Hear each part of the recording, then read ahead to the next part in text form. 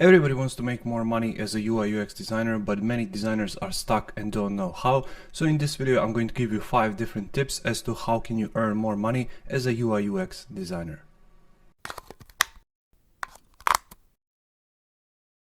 Hey designer, Alex here, welcome to the channel, and before we get started with today's video, make sure to check out my membership. Link is going to be down in the description below. Membership includes all of my courses, digital design products, private access to the Facebook group, practice files for my YouTube tutorials, and so much more. So if you're interested in content like that, make sure to check it out. Once again, link is going to be down in the description below. So the tip number 1 is to simply charge more. Majority of designers out there are scared to charge more, but the best way to make more money is quite obvious: charge more. But don't just do it in a simple way like I'm going to just increase my prices. Make sure to expand your service. So for example, if you are in a website design business, make sure to offer additional services such as, for example, content research, market research, personas, and so much more. So that way you can be able to increase your prices as a UI UX designer for that particular website project. You can also do wireframes if you haven't already. Maybe you should do flowcharts, maybe you should do sitemaps, and all of these things can increase your prices for those particular projects as a UI UX designer. So make sure to charge more, make sure to add additional services on top of your original service. That way you're going to be able to charge much more and to expand your knowledge and to expand your services as a UI UX designer. Tip number 2 is expand your service. This kind of builds to what I said previously. So depending on if you're charging per hour or per project or per month or on a retainer basis, however that you're charging for your projects, you can always expand your services. You can add copywriting, you can add 3D design, you can add, for example, no-code services and stuff like that, and expand upon your original service, for example, website design. That way you can provide much more complete and cohesive service to your clients, and that way you can be sure to charge more for your original service and to charge more for your project in general. That way you're not going to just be more useful to your clients, but you can be able to expand your services further and to attract more clients with bigger budgets, more clients with potentially larger projects, which are going to entice you for months on end on every single project. So that way when you expand your services and when you expand your core offering, you can be able to attract additional customers and additional clients which are bigger than your previous clients.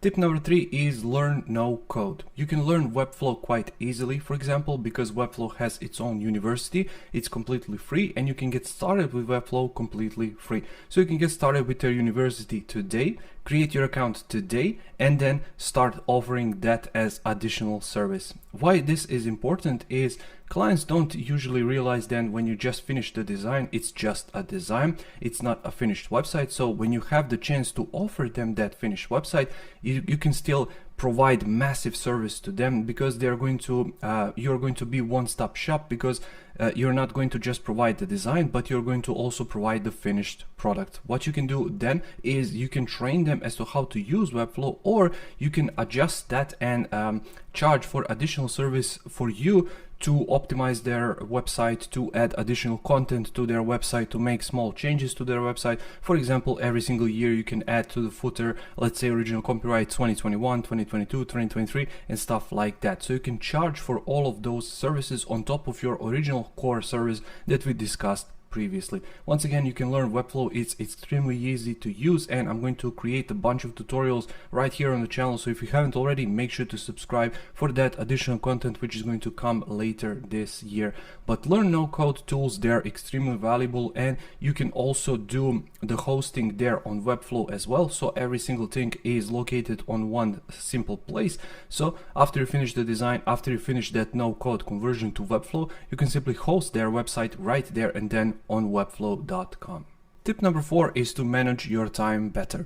A lot of designers out there simply don't know how much time does it take them to, let's say, create a hero section, to create a homepage design, to create a about us page and stuff like that. So make sure to start tracking your time, because it's going to be extremely valuable to you later when you are contacted by future clients, because that way you can know for sure how much time does it take you to create a 1-pager, to create 5 pages, 10 pages. It doesn't really matter what you are creating, but you're going to track your time. You're going to know exactly what you are doing, how long does it take you to do, and then you can simply divide those blocks of time depending of how you structure your day. Some people like to work in bulk, so let's say you start 8 a.m. and until 4 p.m. you're not finished, but other people, including myself in that group, like to work like this. I like to start and then work 2 or 3 hours and then make a break, for example 1 to 2 hours, and then start working again. So if you are in that group, you have to track your time. You have to understand how much time does it take you to create those, because you're going to outbill yourself. What that means is you're going to charge much less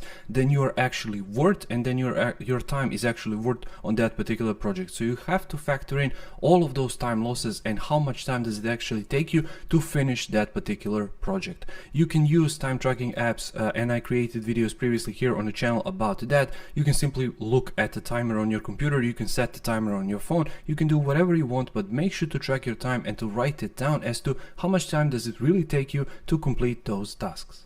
And finally, tip number 5 is hire help.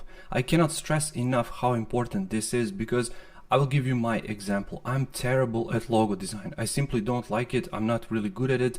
I know how to do it, but I just don't like it. So I always outsource that to other designers who are much better at that than me, and clients are always happy. So it can be for stuff like that. It can be for copywriting, for 3D design, for icon design, for responsive design, for app conversion. For example, you've done an app for iOS or Android and you want to convert it the other way around. So you can outsource pretty much anything you want. I outsourced photographers in the past, so you can outsource anything to other designers, other creatives who are much more talented than you are. In return, you're going to get much more free time, and you're going to still be paid for that particular service, but somebody else is going to do the job much better than you can ever do, because you're not really in love with that particular service. You're going to realize this over time as you grow, as you build your career, as you charge more, as you get more bigger clients.